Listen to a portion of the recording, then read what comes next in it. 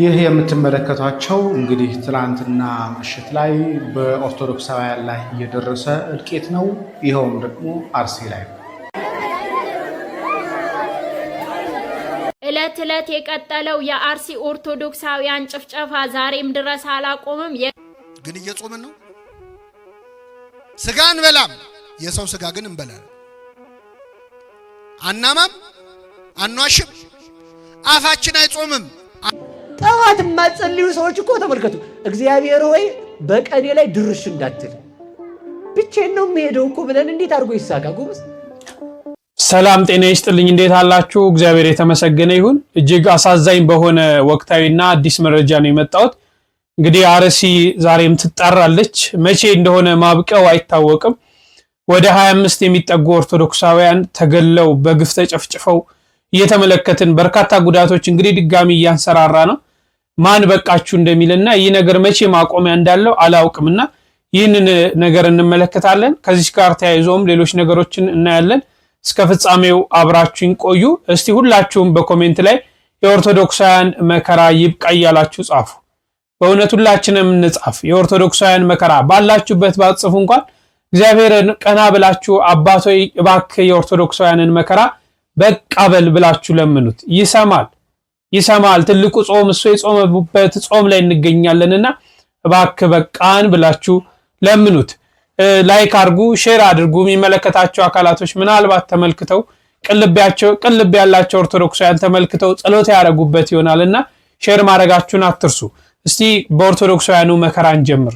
እለት የቀጠለው የአርሲ ኦርቶዶክሳውያን ጭፍጨፋ ዛሬም ድረስ አላቆመም። የካቲት 19 በዛሬው እለት ከ10 ሰዓት ጀምሮ በምስራቅ አርሲ ሽርካ ወረዳ ጃዊ አቡ በሚባል አካባቢ ላይ ሙሉ ከተማዋን በታጣቂ ኃይሎች ተከበው ኦርቶዶክሳውያን ሲጨፈጨፉ ነው ያሉት። አሁንም ድረስ በስቃይና በእንግልት ውስጥ ነው ያሉት። ምን ያክል ኦርቶዶክሳዊ እንደሞተ በእርግጠኝነት መረጃው ባይደርሰንም እስካሁን ድረስ ግን ከ15 የሚበልጡ ኦርቶዶክሳውያን እንደሞቱ በጣም ብዙ መረጃዎች እየወጡ ነው።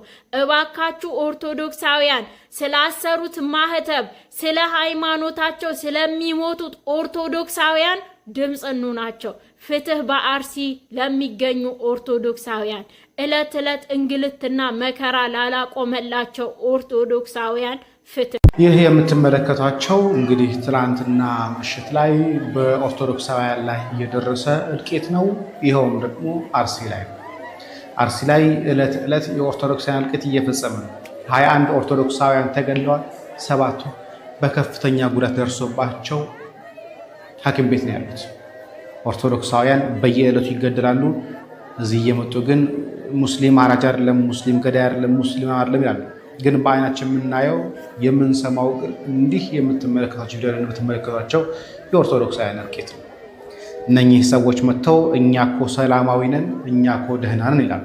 ይህ የተፈጸመው በምስራቅ አርሲ ዞን ሸርካ ወረዳ ጃዊ ዋጮ ቀበሌ ትላንትና በ19 ከቀኑ 10 ሰዓት ጀምሮ በተደረገ ነው። ከትላንትና በስቲያም በነበረም እንዲሁ 4 ኦርቶዶክሳውያን ተገድለዋል፣ ሌሎችም ቆስለዋል። ከ11 ሰዎች በላይ ደግሞ ቤታቸው ተቃጥሏል። ኦርቶዶክሳውያን በየዕለቱ ሲገደሉ አሁን የሚያሳስበን ስለ ኦርቶዶክሳውያን እልቂት ሳይሆን ስለማይመለከተን ጉዳይ መሆኑ ደግሞ ይበልጥ ያሳዝናል። እባካችሁ ኦርቶዶክሳውያን አሁን እንኳን አንድነታችሁ ይኑር፣ አንድነታችሁን አምጡት። ይህ በቪዲዮ ላይ የምትመለከቱት ትላንትና የተገደሉ ኦርቶዶክሳውያን ናቸው። በምስራቅ አርሲ ሽርካ ጃዊ ዋጪ ቀበሌ ላይ በትላንትናው ዕለት 21 ኦርቶዶክሳውያን ተገድለዋል። 7 ኦርቶዶክሳውያን ከፍተኛ ጉዳት ደርሶባቸዋል። ቁጥራቸው ከፍ ያለ ኦርቶዶክሳውያን ምን ውስጥ እንደገቡ ወዴት እንደወሰዷቸው አይታወቅም። አሁንም ድረስ ኦርቶዶክሳውያን በታጠቁ ኃይሎች በአክራሪና በጽንፈኞች ማንኛውም ኦሮምኛም አማርኛም ተናጋሪ ይሁን ማህተብ ያሰረ ሰው ስለ ሃይማኖቱ ኦርቶዶክሳውያንን ከአርሲ እናጠፋለን በሚል መርህ ኦርቶዶክሳውያን እየተገደሉ እየተጨፈጨፉ እየሞቱ ነው ያሉት። የሚሰማ አካል ካለ አባቶች እባካችሁ ስለሚሞቱት ኦርቶዶክሳውያን ዝም አትበሉ። ምእመናን ድምጽ እንሁናቸው። በጣም ነው እጅግ በጣም ልብ የሚሰብር እጅግ በጣም የሚያሳዝን ነው። ይሁሉ ኦርቶዶክሳውያን እንግዲህ አስክሬናቸው በግፍ ተረፍርፈው በግፍ ተገለው ስታዩዋቸው ምን እንደሚሰማን አላውቅ። በጣም ያሳዝናል። የደም ምድር እየሆነች ነው። የደም መሬት እየሆነች ነው። እኔ ከዛ ክልል ኦርቶዶክሳውያንን ለማውጣት ታስቦ ይሁን አላውቅም። እንደው ከተፈለገም እኮ በግድያ አይደለም በቃ ኦርቶዶክሳውያን እዚህ መኖር አይፈቀድላችሁም ተብለው ቢያስወጧቸው እዚህ መኖር ለእናንተ አይሆንም በቃ ፈልጉ ቢባል ይሻላል። እስከ መቼ ነው እንደዚህ እየተጨፈጨፈ ባልታወቁ ኃይሎች እየተባለ እስከ መቼ ነው ይህ ሁሉ መከራ የሚደርሰውና ሰው በሰውነቱ መከበር አለበት። ማንም ሰው ያውም ሀገራችን ላይ ህግ ያለበት ሀገራችን ላይ እየኖርን ህግ አለ እያለን እንዲህ አይነት ነገሮች መከሰት የለባቸውም። እባካችሁ የሚመለከታችሁ አካላቶች ይህንን መፍትሄ ስጡ። ይሄ የኦርቶዶክሳውያን ደም የንጹሃን ደም ምንም የማያውቁ ሰዎች ደም ሲፈስ ሀገሪቷ ሰላም አታገኝም። በተለያየ መንገድ እንዲህ አይነት ደም መፍሰስ ዋጋ ያስከፍላል። የንጹሃን ደም ፈሶ እንዲሁ በከንቱ አይቀርም። ዛሬ መስለን ይሆናል ዛሬ ገለናቸው ደስታ ልናገኝ ዛሬ ገለናቸው የታባታቸው ልንል ሊሆን ይችላል ልንደሰት ሊሆን ይችላል። የአይምሮ ረፍት የህሊና ረፍት አናገኝ። እውነቴን ነው የምላችሁ ማንም ሰው በንጹሃን ላይ እጁን ሲያነሳ እረፍት አያገኝም። ስለዚህ እንዲህ አይነት ነገሮች መቆም አለባቸው። ስንት ሰው እስኪገደል ስንት ሰው እስኪጠፋ ነው የሚጠበቀው? ምን እስኪደረግ ነው የሚጠበቀው? እኔ በጣም ግራ እየገባኝ እንዲህ አይነት ሞቱ እንደዚህ ሆኑ እያሉ ራሱ መረጃ ማምጣት ሁሉ በጣም ይሰለቻል። ምንም አለማድረግ መቻል ማለት ነው። እና የሚመለከታቸው የቤተ ክህነት አካላቶች እባካችሁ ለልጆቻችሁ ድረሱ። ብፁዕ አቡነ ኤልሳ እንግዲህ የሀገረ ስብከቱ ሊቀ ጳጳስ ሆነዋል።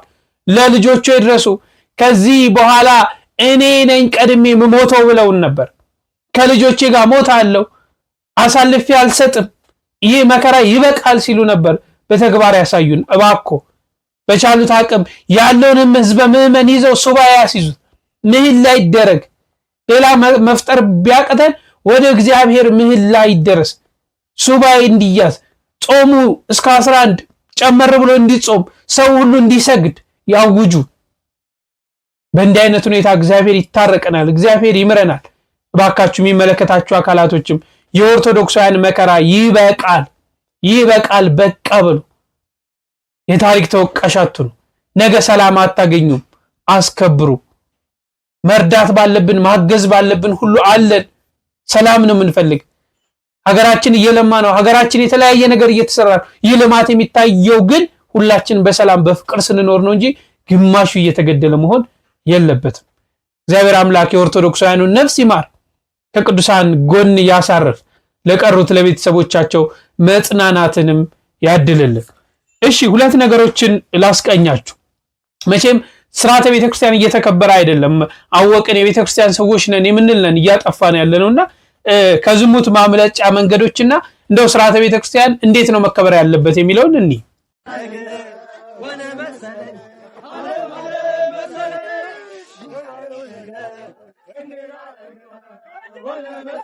አባቶቻችን ከመጠምጠም መማር ይቅደም ብለው ይናገራሉ። እውነት ነው። መማር ማለት ድጓ፣ ጾመ ድጓ፣ ዝማሬ መዋሥዕትን ብቻ ማወቅ ሳይሆን ርክርክ፣ ድፋት፣ ቅናት፣ ጭረት የሚሉትን ነገር ብቻ ማወቅ ሳይሆን ስርዓተ ቤተክርስቲያንንም ጠንቅቆ መማር ነው። ይሄ ስርዓተ ቤተክርስቲያን አይደለም። ስርዓተ ቤተክርስቲያንን ለመማር ሞክሩ። አሁን ቤተክርስቲያንን እያስቸገራቱ ያሉ በአቋቋም ቤት ውስጥ የሚገኙ ስርዓትን ያልተማሩ አንዳንድ ተማሪዎች ናቸው። ሁሉን አይደለም። አንዳንዶቹ የሚማሩት ተምረው ወጥተው መምህሩ ነው ተቀጥሮ ለማስተማር ነው። ይሄ ደግሞ ለቤተክርስቲያን ትልቅ በሽታ ነው።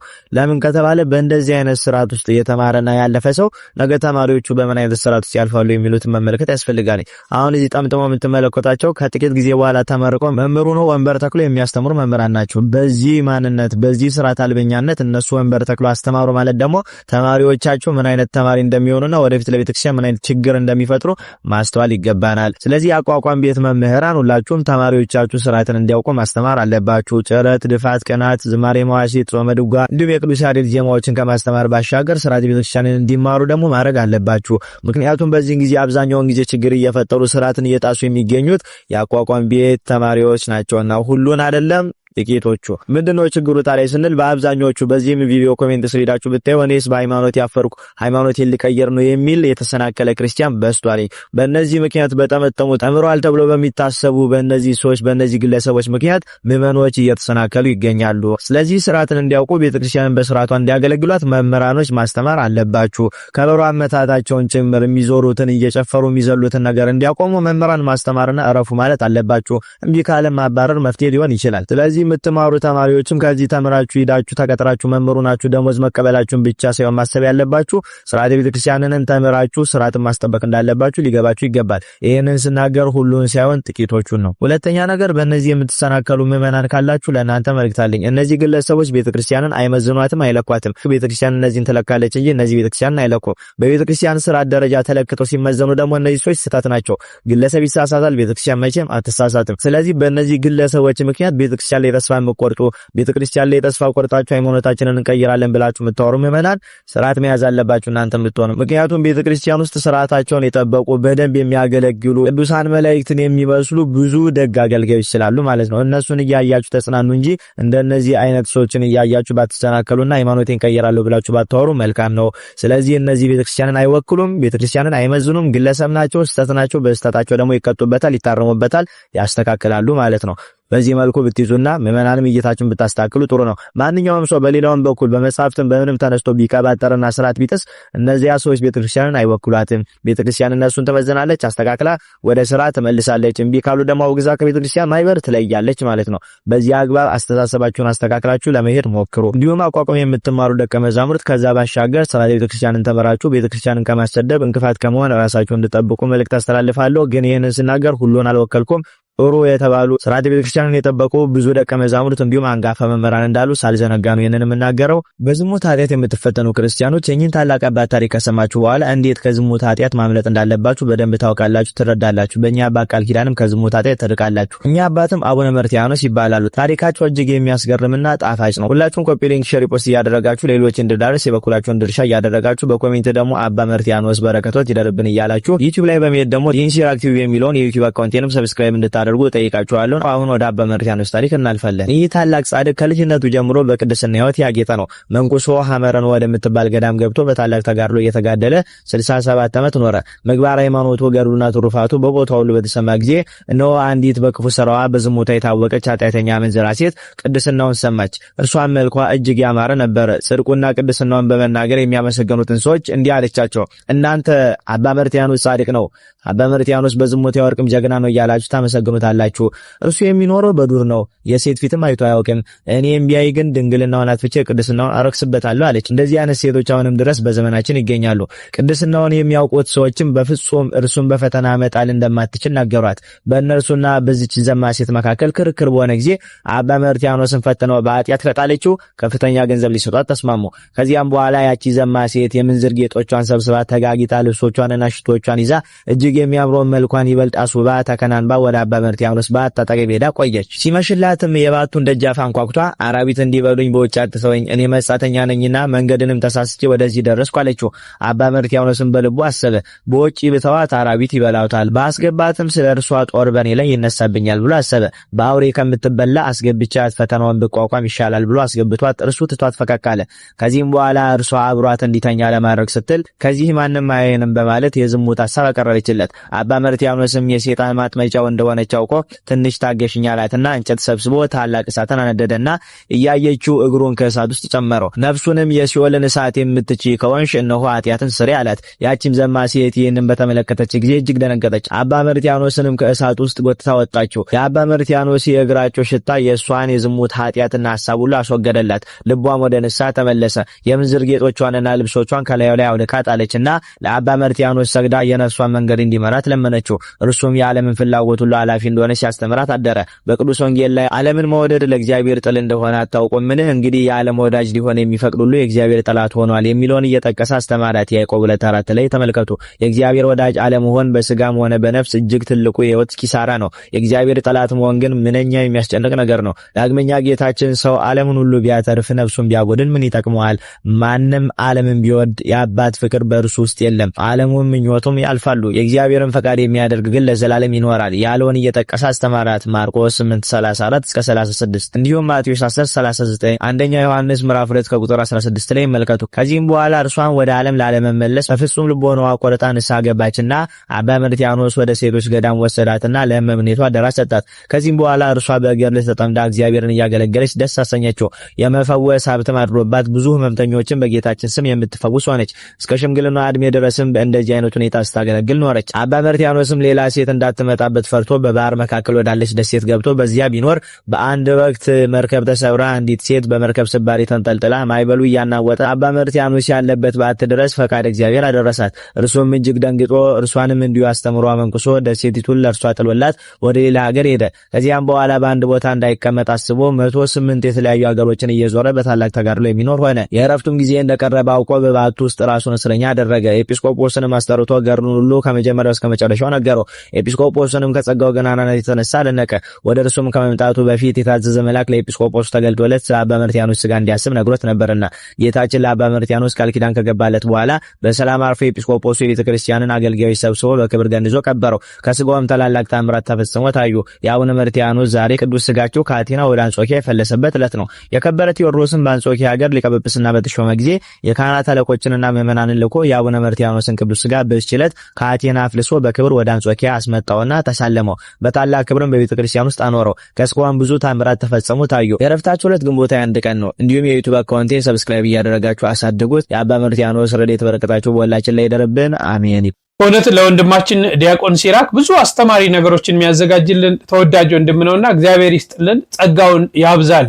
በእውነት ከመጠምጠም መማር ይቅደም ይላሉ አባቶቻችን። ትምህርት ጩኸት ብቻ አይደለም፣ ትምህርት ግዕዝን ማወቅ ብቻ አይደለም፣ የቤተ ክርስቲያን ስርዓትን ማወቅ፣ መጽሐፍን ማወቅ፣ ህዝቡ እንዴት ነው ሊሰናከል የሚችለው፣ እግዚአብሔር እንዴት ነው ልናስደስተው የሚችለው፣ ምን ብሰራ ነው ኃጢአት የሚሆነው የሚለውን በደንብ ማወቅ ያስፈልጋል።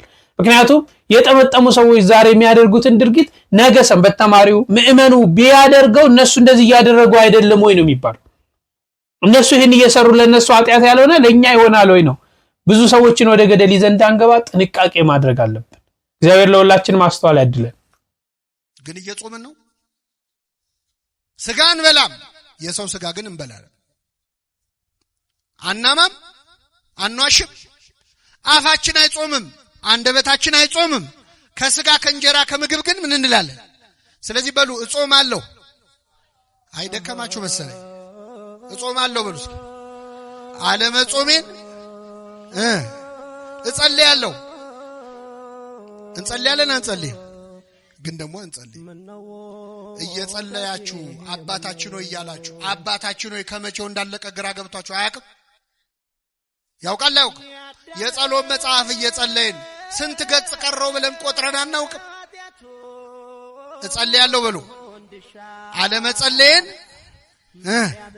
እየጸለዩ አለመጸለያል፣ እየዘመሩ አለመዘመር፣ እየቀደሱ አለመቀደሳል። አምናለሁ አለማመኔን እርዳው አለ። ይህን ጊዜ ጌታ ምን አለው? የማታምን ትውልድ ሆይ እስከ መቼ ከእናንተ ጋር እኖራለሁ አለ። አመጣው፣ ውጣ አለው። ጋኔኑ ወዲያውኑ ወጣ። ህዝቡ ሁሉ ወደ ቤቱ ሄደ። 9 ደቀ መዛሙርት ቅድም ለ9 እምቢ አላቸው አላልኳችሁ? 9 ወደ ጌታ መጡ። ጌታ ሆይ እኛ ልናወጣው ያልቻልነው ለምንድን ነው አሉት። ለምን አቃተን? 9 ሆነን ለምን አቃተን ሲሉት ስለ እምነታችሁ ማነስ ነው። ነገር ግን አለ ይህ አይነቱ ጋኔን ያለ ጾምና ያለ ጸሎት አይወጣም። ዝንቱ ዘመድ ይወጽ ዘእንበለ በጾም ወበጸሎት። ይህ አይነቱ የጋኔን ወገን እንግዲህ አጋንንቱ ሁሉ እኩል አይደሉም። ከዋነኞቹ አለቆች የወደቁ አሉ። ሳጥናኤልን የመሰሉ ደግሞ ከታች የወደቀ ተራ መልአክ አለ። እንዲህ አይነቱ ወገን እንዲህ አይነቱ ነገድ ያለ ጾምና ያለ ጸሎት አይወጣም ማለት። ከኔ ጋር ናችሁ ምእመናን? አሁን እኛ እዚህ ይህንን ትምህርት የምትሰሙ ምእመናን አልወጣ ያለ ጋኔን የለብንም? እስቲ አስታውሱ። ከልጅነት ጀምሮ እምቢ ያለ አልወጣ ያለ ችግር መጀመሪያ እስቲ ሀገራችን ኢትዮጵያ አልወጣ ያለ ጋኔን የለባትም? አንዴ ወደ እሳት አንዴ ወደ ውሃ ጸዋት ማጸልዩ ሰዎች እኮ ተመልከቱ። እግዚአብሔር ሆይ በቀኔ ላይ ድርሽ እንዳትል ብቻዬን ነው የምሄደው እኮ ብለን እንዴት አድርጎ ይሳካ ጎበዝ። ስንሄድ የተዘጋ ፊት ነው የምናየው። ባጃጁ ጋርም ጠጋ ስንል ከቤት ሰዎቹ መከራ የሰኔ ደመና መስለው ማለት። ከዛ ባጃጁ ጋር ስንጠጋ ደግሞ የነሐስ ይሆናል። ከዛ ደግሞ ወደ ቀበሌ ስትጠጋ ደግሞ እንደዚህ አይነት ፊት ላለማየት ቀኑን ለማን ማስባረክ ባሉ እንጂ እንዳደርስ ስላልከው ነው ሁሉ የሚዘጋ። እግዚአብሔር ከቀደመ ሁሉ ይዘጋል። አንድም ደግሞ ተመልከቱ ቀኑን እኔ ነኝ የማውለው ብሎ እንደ መኩራት ይቆጠራል። እንደ ትዕቢት ማለት ቀኑን ማን ነው የሚያውለው? ማን ነው የሚያውለው? የሚጸልይ ሰው ለማን ሰጠው ማለት ነው? በሞቴ ንገሩኝ። ለእግዚአብሔር ቀናችንንም ሌሊታችንንም ያሳምርልን። ሌላው ምንድነው? ሁለተኛው ተመልከቱ። አዳምን ከመሬት አንስተህ ፈጥረዋል ማለት ነው። እስኪ አዳምን በሉ ከመሬት አንስተህ ምን ብለዋል? ፈጥረዋል። እሺ ቆይ ዝም በሉ። እኛ ወንዶች ነን አይደለን? እሺ አዳምን ፈጥሯል አልፈጠረም? ጠዋት የማይጸልይ ሰው ምን ማለት ነው? አዳምን ከመሬት አንስተህ አልፈጠርከውም እንደ ማለት ነው ማለት። ያንን ሰዓት ተመልከቱ። አቤቱ አንተ ሁላችንም ምን ማለት ነው? ከመሬት አንስተህ በሉ ሰው አድርገናል በሉ እንጂ ሰው ምንድነው? አፈር ነው።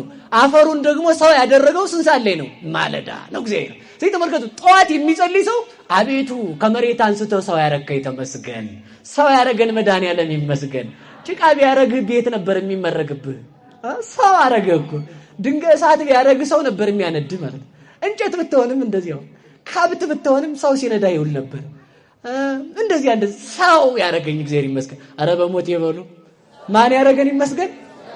ማን ያረገን? ሰው ያረገን መድኃኒዓለም ይመስገን። ሁለተኛ ሌላው ትልቁ ምስጢር ደግሞ ምንድነው? ክርስቶስ በጲላጦስ ፊት የቆመበት ነው። በሉ እስኪ ሁላችሁ ክርስቶስ በሉ በማን ፊት ቆሟል? ጠዋት የሚጸልይ ሰው ተመልከቱ። አቤቱ አንተ እኔ አፈር ነበርኩ፣ አፈር የሆንኩትን ሰው አድርገህ ፈጠርከኝ። ሰው አድርገህ ብትፈጥረኝ አንተን በኃጢአቴ ካድኩ፣ አንተን አላምን ብዬ ጸበለስን ቆርጬ በላሁ። እንደገና ሰው ሆነ እኔ በጲላጦስ ፊት መቆም ሲገባኝ ስለኔ በጲላጦስ ፊት ቆምክልኝ ማለት ነው። በጲላጦስ ፊት የቆመልን መድኃኒዓለም የተመሰገነ ይሁን። ክርስቶስ በጲላጦስ ፊት ሲቆምልን እኛ በሳጥናኤል ፊት መቆም ቀረልን። አየው። ስለዚህ ምን ማለታችን ነው? በጲላጦስ ፊት በቆምክ ጊዜ በሳጥናኤል ፊት መቆሜን ያስቀረልኝ አምላክ ተመስገን፣ መድኃኒዓለም ይመስገን። አምላከ ቅዱሳን ጾማችንን ይቀበልን፣ ምህላችንን፣ ጸሎታችንን፣ ሱባኤያችንን ይቀበልን። በእውነት እሱ በቃችሁ ይበለን። በዚህ ጾም በዚህ ጸሎት ክፉ መንፈስ ከላያችን ልቆ ሀገራችን ሰላም እንድትሆን ከትንሣኤው ጋር ሰላም እንዲበሰር አምላካችን ይርዳን።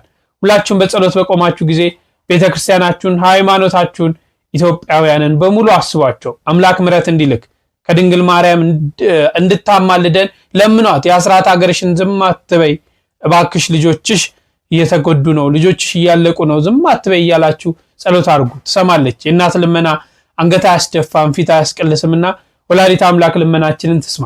በሌሎች ዝግጅቶች እስክንገናኝ እጅግ አከብራችኋለሁ። ቸር ቆዩልኝ።